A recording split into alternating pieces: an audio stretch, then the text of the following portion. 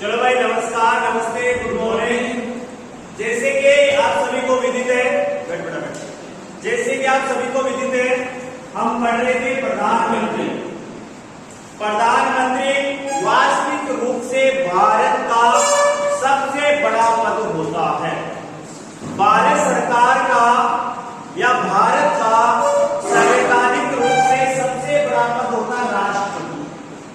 जो प्रोटोकॉल जारी होता है, जो वरीयता सूची जारी होती है, उसमें राष्ट्रपति और राष्ट्रपति के बाद में जो आता है उपराष्ट्रपति, और उपराष्ट्रपति के जो बाद में आता है वो प्रधानमंत्री, लोकसभा अध्यक्ष, और उसके बाद में जैसे मुख्य न्यायाधीश वगैरह आते हैं, राज्यपाल वगैरह। तो प्रधानमंत्री भारत में वास्तविक रूप से शासन संचालन की क्या होती है भाई, पूरी होती है। हमने चर्चा कर ली कि संविधान में केवल 3 अनुच्छेद हैं जो प्रधानमंत्री से संबंधित है। अनुच्छेद 74, अनुच्छेद 75 और अनुच्छेद 78। ये 3 अनुच्छेद है जो प्रधानमंत्री से संबंधित है। चलो आप बताओगे अनुच्छेद छोटा क्या कहता है? 2 बार से बोलो भाई। हाँ, राष्ट्रपति की सलाह और सहायता के लिए एक मंत्री परिषद होगी जिसका मुखिया कौन होगा? प्रधानमंत्री होगा। अनुच्छेद 75 क्या कहता है कि लोकसभा में बहुमत प्राप्त दल के नेता को राष्ट्रपति क्या नियुक्त करेगा? कोई भी व्यक्ति प्रधानमंत्री बन सकता है, बस शर्त है कि उसे संसद की सदस्यता हासिल हो। लेकिन बगैर संसद की सदस्यता तक कि वो 6 महीने तक क्या रह चुका है, प्रधानमंत्री रह सकता है। अब इसी में हमने पढ़ा 75 में कि प्रधानमंत्री वो राष्ट्रपति के समक्ष पद और गोपनीयता क्या रहता है? अनुच्छेद 75(3) हमने देखा कि जो मंत्री परिषद होती है वो लोकसभा के प्रति क्या होती है? उत्तरदायी होती है। इसके साथ हमने देखा कि प्रधानमंत्री की मृत्यु हो जाए या प्रधानमंत्री इस्तीफा दे दे या पत्र दे दे, तो ऐसी कंडीशन में भी क्या होता है, पूरी की पूरी मंत्री परिषद क्या हो जाती है? भंग हो जाती है। अनुच्छेद 18 में हमने प्रधानमंत्री के 3 क्या पढ़े थे भाई? क्या पढ़े?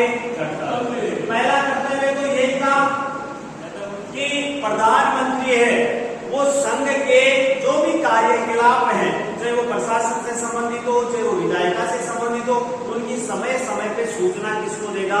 राष्ट्रपति को। दूसरा, यही सूचनाएं राष्ट्रपति जब चाहे तब मांगेगा तो प्रधानमंत्री को क्या करनी पड़ेगी? देनी पड़ेगी।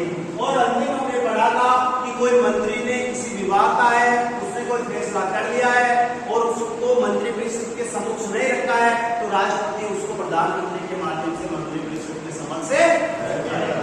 आज हम चर्चा करेंगे भारत में अब तक जितने प्रधानमंत्री हुए उनका कार्यकाल, उन्होंने क्या क्या किया, उनके समय में क्या क्या हुआ।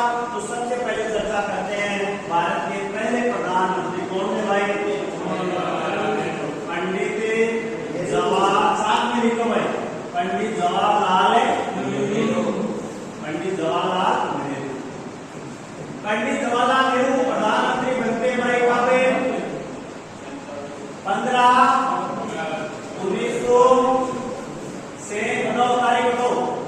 27 मई 1964। प्रधानमंत्री रहते हैं नेहरू 15 अगस्त 1947 से लेकर 27 मई 1964। इसमें क्या क्या लिखना हो? भारत के क्या थे भाई? प्रथम प्रधानमंत्री, प्रथम विदेश मंत्री भी यही था, प्रथम विदेश मंत्री, सर्वाधिक समय तक प्रधानमंत्री पद पर रहने वाले व्यक्ति। सबसे ज्यादा समय तक प्रधानमंत्री कौन रहा हुआ है? पंडित नेहरू। अगला देखिए, प्रथम प्रधानमंत्री जिनकी पद पर रहते हुए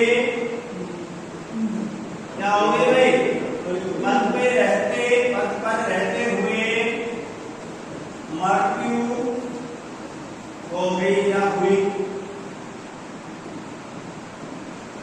तो भारत के प्रथम प्रधानमंत्री कौन थे भाई? देखो ये हर क्वेश्चन ही है, ये हम जितनी चीजें देख रहे हैं क्वेश्चन है। क्वेश्चन नंबर 1 क्या था? भारत के प्रथम प्रधानमंत्री कौन थे? पंडित जवाहरलाल नेहरू। कब से कब तक रहे? तारीख याद होनी चाहिए भाई। 15 अगस्त 1947 से लेकर 27 मई 1964। मृत्यु कब हुई इनकी? 27 मई 1964। मृत्यु कब हुई भाई इनकी? 27 मई 1964। याद हो जाएगा ना? नेहरू कब से कब प्रधानमंत्री रहे? 15 अगस्त 1947 से 27 मई 1964। भारत के क्या थे? प्रथम प्रधानमंत्री। भारत के प्रथम क्या थे? सर्वाधिक समय तक क्या रहे? प्रधानमंत्री। और प्रथम प्रधानमंत्री जिनकी पद पे रहते हुए क्या हो गई भाई? मृत्यु हो गई। नेक्स्ट देखिए, इन्होंने संविधान सभा के समक्ष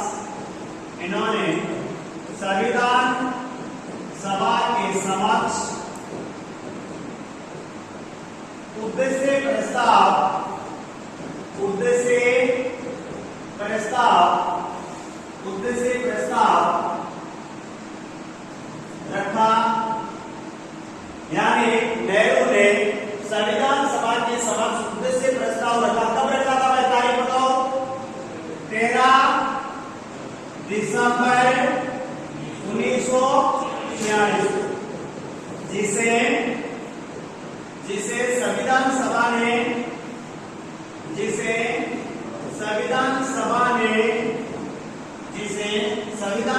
ने कब पारित किया? जिसे संविधान सभा ने कब पारित किया भाई? अरे बोलो। 22 जनवरी 1943 ईस्वी। बताना। तो नेहरू भारत के प्रथम प्रधानमंत्री थे, प्रथम विदेश मंत्री थे, प्रथम व्यक्ति था जिसकी पद पे रहते हुए मृत्यु हो गई। इन्होंने संविधान सभा के समक्ष उद्देश्य प्रस्ताव रखा। कब रखा भाई? 13 दिसंबर को, जिसे संविधान सभा ने 22 जनवरी 1945 को क्या कर दिया था भाई? पास कर दिया था।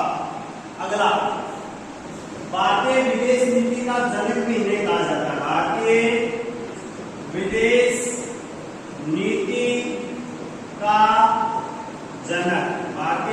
नीति का जनक भी नेहरू को कहा जाता है। पंचशील समझौता पढ़ा हुआ है कभी? अरे सुना हुआ है क्या नाम? पंचशील समझौता कब हुआ था भाई? 24 अप्रैल 1954। कब हुआ था? किसके मध्य हुआ भाई? चीन और भारत। चीन का प्रधानमंत्री था चाओ एन लाई और भारत के प्रधानमंत्री नेहरू के मध्य समझौता हो गया। कब?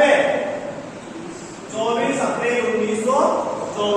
5 सिद्धांत थे, इसमें क्या कहा जाता है? पंचशील। पहला, अन्न आक्रमण, यानी आक्रमण नहीं किया जाएगा। दूसरा क्या हो जाएगा? हस्तक्षेप, यानी एक दूसरे के आंतरिक मामलों में क्या नहीं किया जाएगा? इंटरफेयर नहीं किया जाएगा। कुल मिला के लास्ट का शांतिपूर्ण सहस्त्र, कुल मिला के दोनों देशों के मध्य पंडित नेहरू और चाओ एन लाई चीन के मध्य समझौता होता है। लेकिन एक तरफ तो होता है समझौता, हिंदी चीनी भाई भाई का नारा लगता है, और दूसरी तरफ 26 अक्टूबर 1962 को चीन के द्वारा भारत पर क्या कर दिया जाता है? हमला कर दिया होना है। इसका देख अपना पंचशील समझौता कब हुआ? 24 अप्रैल 1954। तारीख याद कर लेना, बहुत बार रिपीटिशन में पूछा जाता है कि पंचशील समझौता कब हुआ? 24 अप्रैल 1954 को। किन के मध्य हुआ? चीन के प्रधानमंत्री चाओ एन लाई और भारत के प्रधानमंत्री पंडित नेहरू के मध्य। लेकिन एक तरफ चीन क्या कर रहा था? हिंदी चीनी भाई भाई का नारा दे रहा था, और दूसरी तरफ क्या कर रहा था? 26 अक्टूबर 1962 को चीन ने क्या कर दिया? भारत पर आक्रमण कर दिया। नेक्स्ट देखेंगे, भारत में पहली बार राष्ट्रीय आपातकाल, राष्ट्रीय भारत में पहली बार राष्ट्रीय आपातकाल अनुच्छेद 352 का प्रयोग नेहरू के द्वारा किया गया। प्रयोग नेहरू के द्वारा किया गया। नेहरू के द्वारा किया गया। गोवा का भारत में विलय, गोवा का भारत में विलय दिसंबर 1961, दिसंबर 1961, दिसंबर 1961। ये भी किसके समय हुआ था भाई? नेहरू के समय। ये भी किसके समय हुआ था? नेहरू के समय। प्रथम प्रधानमंत्री जिनके विरुद्ध अविश्वास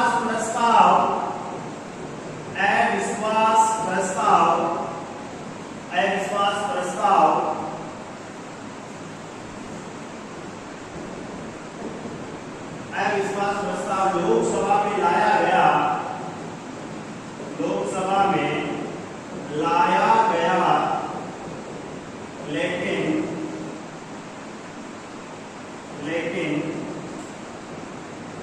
पारित नहीं हुआ। जेपी कृपलानी का नाम सुना है क्या? जेपी कृपलानी महोदय ने पंडित नेहरू के खिलाफ अविश्वास प्रस्ताव किसे करते हैं? प्रधानमंत्री को हटाने से संबंधित जो प्रस्ताव लाया जाता है वो क्या कहलाता है? अविश्वास प्रस्ताव। यानी प्रधानमंत्री जी और उसकी सरकार में हमारा विश्वास नहीं है, इसे क्या कहते हैं? अविश्वास प्रस्ताव लाया गया। क्यों लाया गया? क्योंकि भारत चीन युद्ध हुआ। युद्ध में नेहरू ने शांति का पैगाम दिया, सेना को नहीं भेजा बॉर्डर पे लड़ने के लिए। परिणाम स्वरूप भारत युद्ध में हार गया, एक तरफा हार गया भारत। और जो अक्साई चीन का इलाका ना, उस पर आज अरुणाचल प्रदेश का जो इलाका है उस पर चीन का आज भी आधिपत्य है। ठीक है, नेक्स्ट देखते हैं। नेहरू आदर्शवादी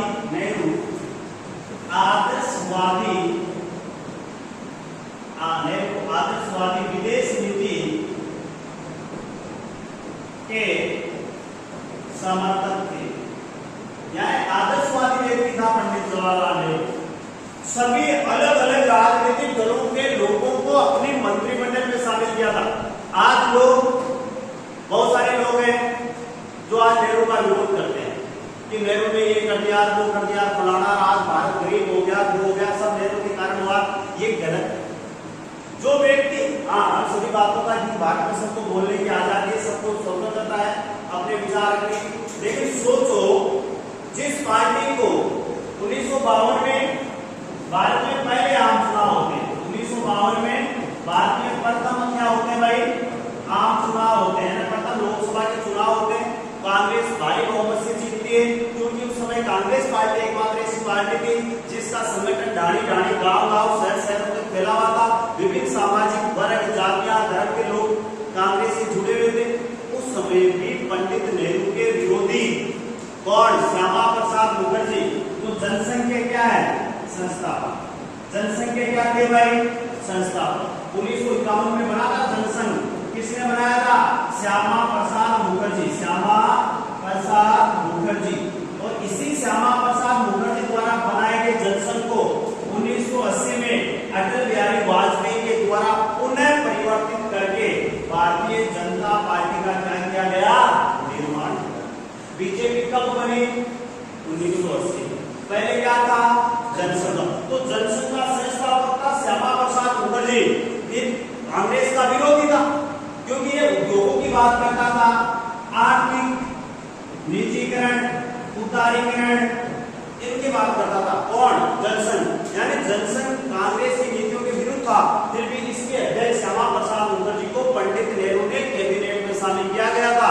कैबिनेट का मतलब उसे मंत्री बनाया गया। आजकल होता है क्या? नहीं होता है। आजकल नहीं होता। मतलब जो जिस व्यक्ति का विरोधी है उसी व्यक्ति को अपने मंत्रिमंडल में शामिल करना बहुत बड़ी बात है। इसी तरह महात्मा गांधी का नाम सुना। महात्मा गांधी जी का अंबेडकर जी के विचारों में कभी भी समानता नहीं थी। गांधी जी और अंबेडकर जी के विचारों में कभी भी समानता नहीं थी। फिर भी गांधी जी ने अंबेडकर को संविधान सभा में भेजने के लिए पूरी जोर वकालत की थी, क्योंकि अंबेडकर जी बहुत ज्यादा पढ़े लिखे थे, संविधान कानून के बहुत बड़े व्याख्याता जानकार थे। जो जिस व्यक्ति का विरोध करा, मानो सोचो मैं आप जैसे आप में से किसी का विरोध कर रहा हूं, मैं उसी को सहयोगी बना रहा हूं, उसी का समर्थन कर रहा हूं कि भाई नहीं इसको तो लेना ही पड़ेगा, इसको तो संविधान सभा में लेना ही पड़ेगा। कितनी बड़ी बात है।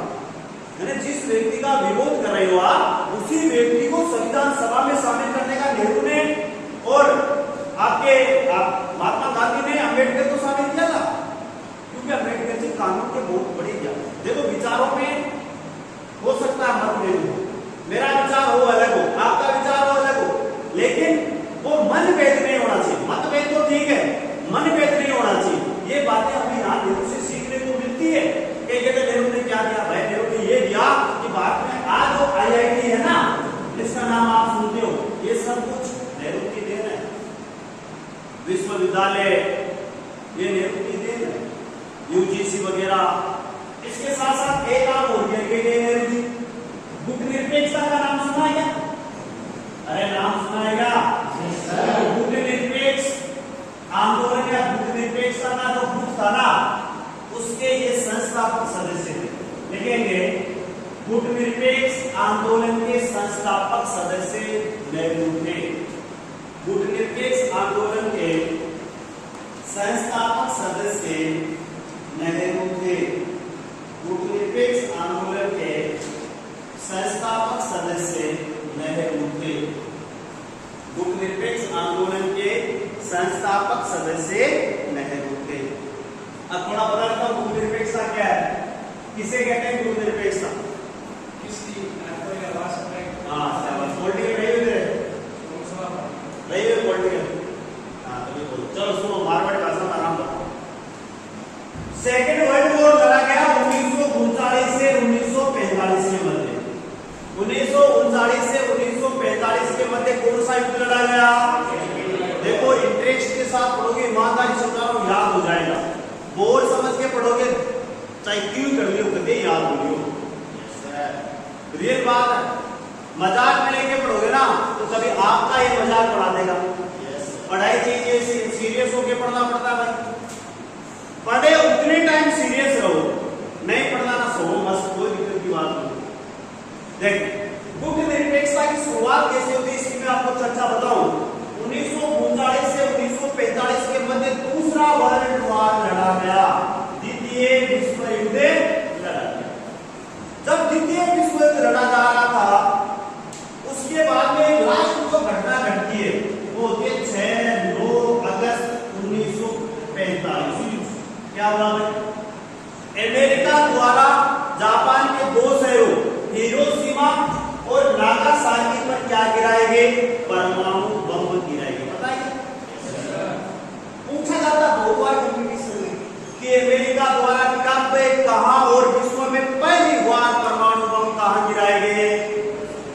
6-9 अगस्त 1945 को अमेरिका द्वारा गिराए गए। कहां पर गिराए गए? जापान के दो शहरों हिरोशिमा और नागासाकी। जैसे ही ये परमाणु बम गिराए गए, उससे पहले जापान अपने हाथ खड़ा कर चुका था कि भाई साहब हम युद्ध में हार चुके, क्योंकि द्वितीय विश्व युद्ध में दो गुट थे। एक तो था धुरी राष्ट्र, पढ़ा है क्या? एक था मित्र राष्ट्र। धुरी राष्ट्र में कौन थे? जर्मनी, जापान और इटली। रोम इटली की राजधानी, जापान की राजधानी टोक्यो, जर्मनी की राजधानी बर्लिन। यानी टोक्यो, रोम और बर्लिन, यानी जापान, इटली और जर्मनी, इनका एक गुट था। और मित्र राष्ट्र में कौन थे? अमेरिका, रूस, फ्रांस, इंग्लैंड और भारत के शामिल था, क्योंकि हम इंग्लैंड के क्या थे? गुलाम थे। तो हम किसकी तरफ से युद्ध लड़ रहे थे? इंग्लैंड की तरफ से युद्ध लड़ रहे थे। इंग्लैंड के झंडे के नीचे क्या लड़ रहे थे? युद्ध लड़ रहे थे। तो जैसे युद्ध समाप्त होता है, रूस उस समय USSR, इसको कहते हैं सोवियत संघ। सोवियत संघ, इस सोवियत संघ रूस ने ने अमेरिका पर यह आरोप लगाया कि अमेरिका ने बिना किसी को बताए रहस्यमय तरीके से परमाणु परीक्षण किया है। क्या किया भाई? परमाणु परीक्षण किया है, यानी परमाणु बनाया है और उसका क्या किया है? इस्तेमाल। अब क्या होता है, क्योंकि देखो सोवियत संघ की जो विचारधारा थी ना, वो क्या थी? समाजवादी और साम्यवादी। तो एक ही बात है।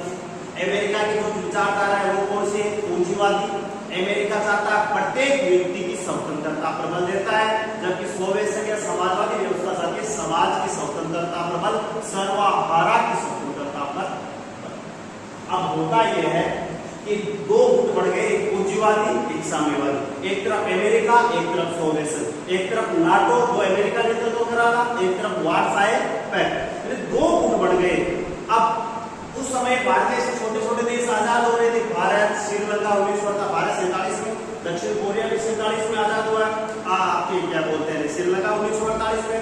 ये देश जो छोटे छोटे देश आजाद, अब इनके समक्ष समस्या हो गई कि अमेरिका की तरफ जाएं, रूस की तरफ जाएं, पूंजीवादी की तरफ जाएं, साम्यवादी की तरफ जाएं, इधर नाटो की तरफ जाएं या वार्साए पैक्ट की तरफ जाएं। तो 5 देश, भारत, घाना, मिस्र, ठीक है, इन देश भारत, घाना, मिस्र, इंडोनेशिया, इन देशों के राष्ट्राध्यक्षों ने मिलकर एक युद्धमंत्र बनाया जिसे क्या कहते हैं? गुट निरपेक्षता। यानी किसी भी गुट में शामिल ना होकर अपनी स्वतंत्र विदेश नीति का निर्वहन करना क्या कहलाता है? गुट निरपेक्षता। जब इसकी स्थापना हुई उस समय इसके सदस्य देशों की संख्या 25 थी 1961 में। वैसे इसकी स्थापना 1955 में एक बांडुक सम्मेलन हुआ था। बांडुक सम्मेलन वहां हो गई, लेकिन इसका जो पहला शिखर सम्मेलन हुआ था ना, वो बेलग्रेड यूगोस्लाविया में हुआ था। बेलग्रेड यूगोस्लाविया में गुट निरपेक्षता का पहला शिखर सम्मेलन होता है 1961 में, जहां इसमें 25 देश शामिल थे। वर्तमान में इसमें 121 सदस्य देश शामिल हैं। यह गुट निरपेक्षता, यानी किसी एक गुट में नहीं था, खुद को अलग रखना, यानी किसी भी गुट में शामिल ना होकर अपनी स्वतंत्र विदेश नीति का निर्वहन करना क्या कहलाता है? नंबर 2 लिखोगे पंडित जवाहरलाल लाल बहादुर शास्त्री। लाल बहादुर शास्त्री, लाल बहादुर शास्त्री, लाल बहादुर शास्त्री, लाल बहादुर शास्त्री का नाम 27 मई 1964 से 10 जनवरी 1966, 10 जनवरी 1966, लाल बहादुर शास्त्री 27 मई 1964 से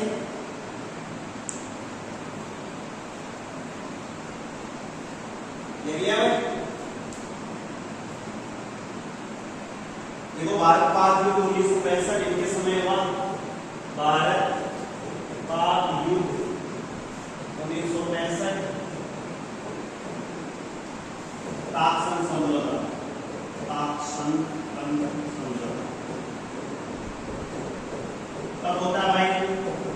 10 जनवरी 1966, 10 जनवरी 1966। इसी दिन इनकी क्या हो गई? मृत्यु हो गई। ठीक है, फिर किनके मध्य हुआ? पाकिस्तान के राष्ट्रपति अयूब खान, लिख लेना, अयूब खान व भारत के प्रधानमंत्री शास्त्री जी के मध्य, भारत के प्रधानमंत्री शास्त्री जी के मध्य ताकसन समझौता पूछा जाता है। तारीख याद करें 10 जनवरी 1966। किनके मध्य हुआ? पाकिस्तान के राष्ट्रपति अयूब खान, पाकिस्तान का जनरल का राष्ट्रपति का अयूब खान, और एक भारत के प्रधानमंत्री हुआ कहां था? ये बात है ताकसन कहां पर पड़ता है? देखो वर्तमान में उज्बेकिस्तान में, वर्तमान में ताकसन कहां पर है? उज्बेकिस्तान। पहले कहां था? सोवियत संघ में, सोवियत संघ। कब हुआ? भारत पाक युद्ध लगा गया 1965 में, कच्छ की खाड़ी को लेकर। जो गुजरात का क्षेत्र है ना, कच्छ की खाड़ी, अभी जो तूफान आया था ना, इधर से तो आया था अरब सागर से कुछ दिन पहले, तो कच्छ की खाड़ी को लेकर भारत पाक के मध्य 1965 में युद्ध हुआ। युद्ध के बाद में जब युद्ध समाप्त हो गया, तत्कालीन सोवियत संघ का जो राष्ट्रपति था कोशिजिन, तत्कालीन सोवियत संघ का राष्ट्रपति था कोशिजिन, शासित, लाल बहादुर शास्त्री भारत का प्रधानमंत्री, और पाकिस्तान का जो राष्ट्रपति था अयूब खान के प्रति समझौता हुआ, जिसे क्या कहते हैं, ताकसम समझौता। नेक्स्ट लिखेंगे, शास्त्री जी ने जय जवान जय किसान का नारा भी दिया। शास्त्री जी ने जय जवान जय किसान का नारा भी दिया। शास्त्री जी ने जय जवान जय किसान का नारा दिया। शास्त्री जी ने जय जवान जय किसान का नारा दिया। देख लिया, शास्त्री जी ने जय जवान जय किसान का क्या दिया, नारा दिया। नेक्स्ट लिखेंगे, नोट लगाएंगे, गुलजारी लाल नंदा, गुलजारी लाल नंदा नेहरू व शास्त्री दोनों की मृत्यु के बाद कार्यवाहक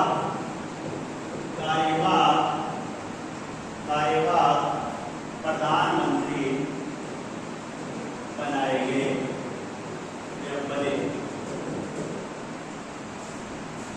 प्रथम प्रधानमंत्री जिनकी विदेश में मृत्यु हुई, कौन था भाई, लाल बहादुर शास्त्री। 11 जनवरी 1966 को ताकसंद में ही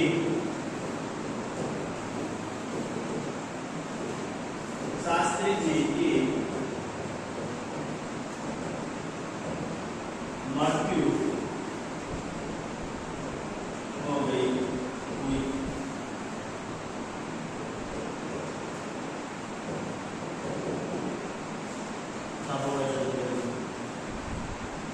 नंबर 3 इंदिरा गांधी।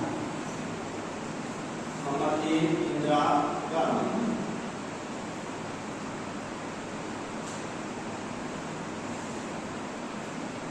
नंबर 3 इंदिरा गांधी 1966 से 1977। देखिए, भारत की प्रथम महिला प्रधानमंत्री, प्रथम महिला प्रधानमंत्री। नंबर 2 पहली प्रधानमंत्री हो गई 3 दिसंबर 1972 को राष्ट्रीय आपातकाल की घोषणा इन्हीं के टाइम हुई। भारत पाक युद्ध कब हुआ भाई, भारत पाक युद्ध कब हुआ, 1973। इसको किस नाम से जानते हैं, बांग्लादेश युद्ध। किस नाम से जानते हैं, बांग्लादेश।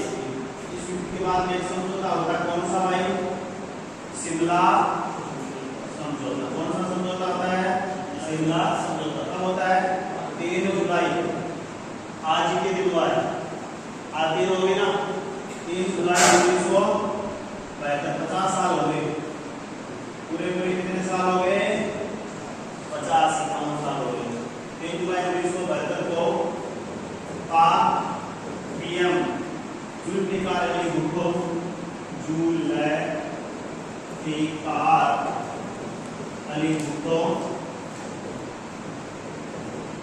व इंदिरा गांधी के मध्य हिमाचल प्रदेश की राजधानी शिमला में, हिमाचल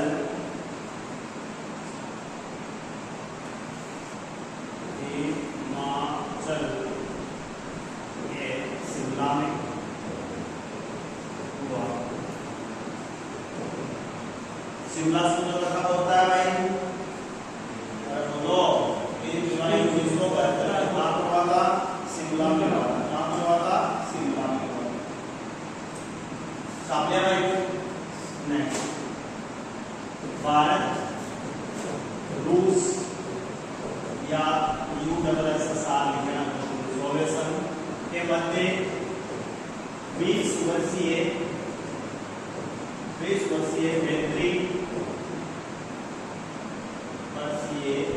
मैत्री संधि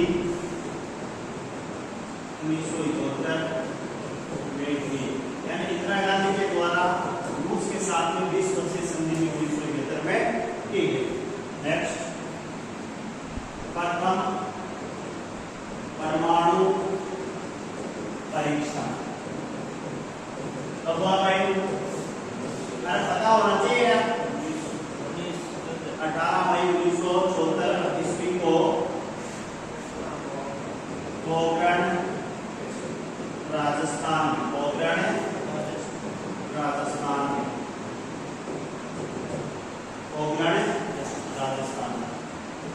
1969 में चोपड़ा बैंकों का पता है क्या राष्ट्रीयकरण किया गया। ऑनलाइन की तरफ प्रथम प्रधानमंत्री जो पद पर रहते हुए चुनाव हार गई। 1977 में 6वीं लोकसभा के चुनाव होते हैं और इंदिरा जी चुनाव हार जाती है। प्रधानमंत्री जो पद पे रहते हुए चुनाव हार गई। एक लाइन और निकलो, 25 जून 1975 को पहली बार आंतरिक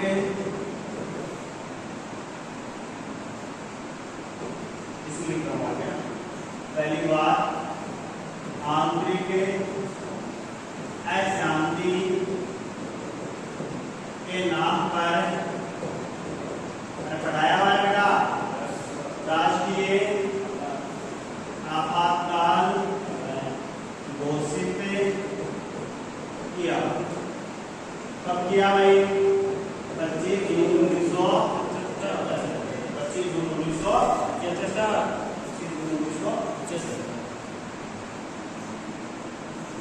नंबर 4 लिख रहे हैं मोरारजी देसाई। नंबर 4 मोरारजी देसाई। मोरारजी देसाई रहते हैं 77 से 69। हाँ 79। प्रथम गैर कांग्रेसी प्रधानमंत्री। प्रथम गैर कांग्रेसी प्रधानमंत्री कौन थे भाई? मोरारजी देसाई। सबसे अधिक आयु में पीएम बनने वाले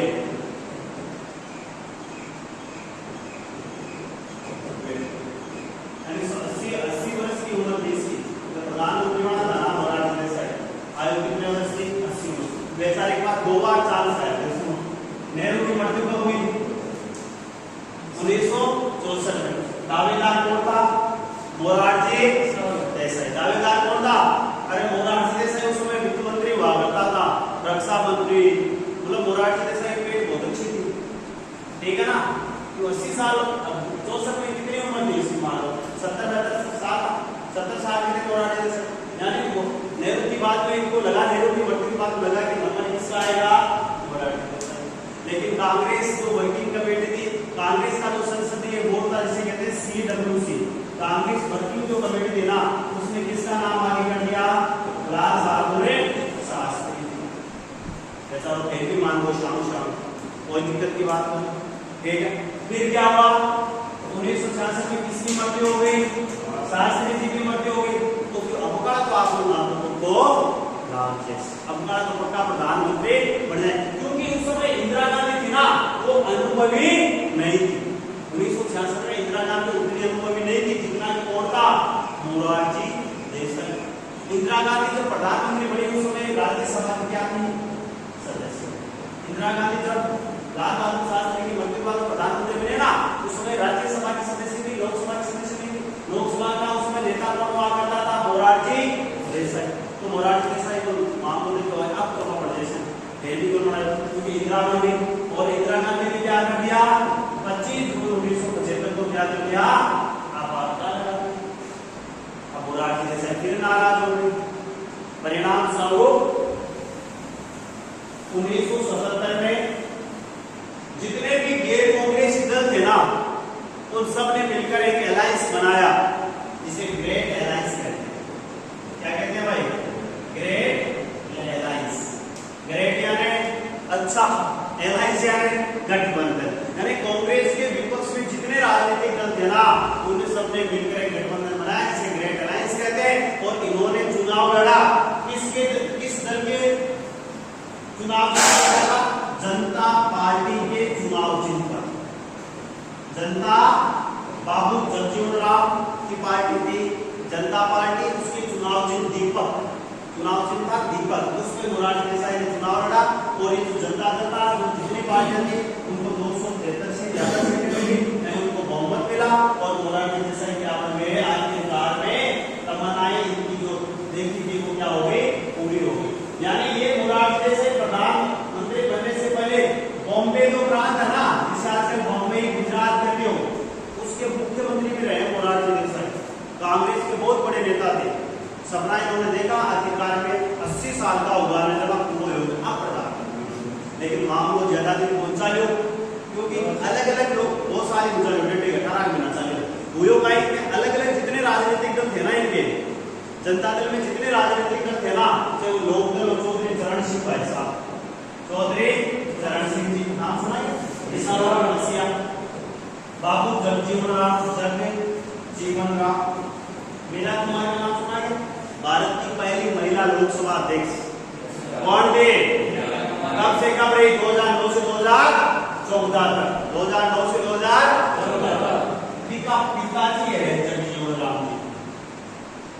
तो इन्होंने क्या किया? मोरारजी देसाई से समर्थन वापिस से ले लिया। अब करेगा बेचारा, समर्थन वापिस ले ले, सीटा इन्होंने लोकसभा में सभी सीटें में ऊपर से क्या देना पड़ा? इस्तीफा। थोड़ा बिना ही खातर है बनेगा प्रधानमंत्री, पता नहीं खाता है, सही नहीं खाता। कौन? चौधरी चरण सिंह। क्योंकि कांग्रेस की फितरत रही है, इंदिरा गांधी ने चौधरी चरण सिंह को समर्थन दे दिया कि भाई तू मोरारजी देसाई से वापिस आ जा, तुझे प्रधानमंत्री मैं बना देती हूँ। 6 महीना तो मांग लो बेटी, और 6 महीना बाद में वापस। तो अगला नेक्स्ट एक मिनट इसके बाद थोड़ा और दिखा दें, और कुछ इसके बाद में अगला जाएगा चौधरी चरण सिंह। देखिए लोग, ये प्रधानमंत्री बनने से पूर्व बंबई प्रांत अभी है ना, ये प्रधानमंत्री बनने से पूर्व बॉम्बे लिखना है, मुंबई नहीं हुआ, बॉम्बे या बंबई प्रांत के मुख्यमंत्री रहे। इनके टाइम में 2 मुख्यमंत्री थे। इनके टाइम में 2 उप मुख्यमंत्री थे। इनके टाइम में 2 उप प्रधानमंत्री, दो उप प्रधानमंत्री थे। आपने मुख्यमंत्री क्या वहां गलत करेगा, थोड़ा सा काट देना, क्या लिखना है? उप प्रधानमंत्री। कौन कौन थे? अभी मैंने नाम लिखा आपके सामने, कौन था भाई? चौधरी चरण सिंह और जगजीवन राम। ये दो इनके समय क्या थे? प्रधानमंत्री। ठीक है, लोग क्या पूछा जा सकता है कि मोरारजी देसाई के समय प्रधानमंत्री कौन कौन थे? चौधरी चरण सिंह और जगजीवन। नेक्स्ट लिखेंगे 5वां चौधरी चरण सिंह। 5वां चौधरी चरण सिंह।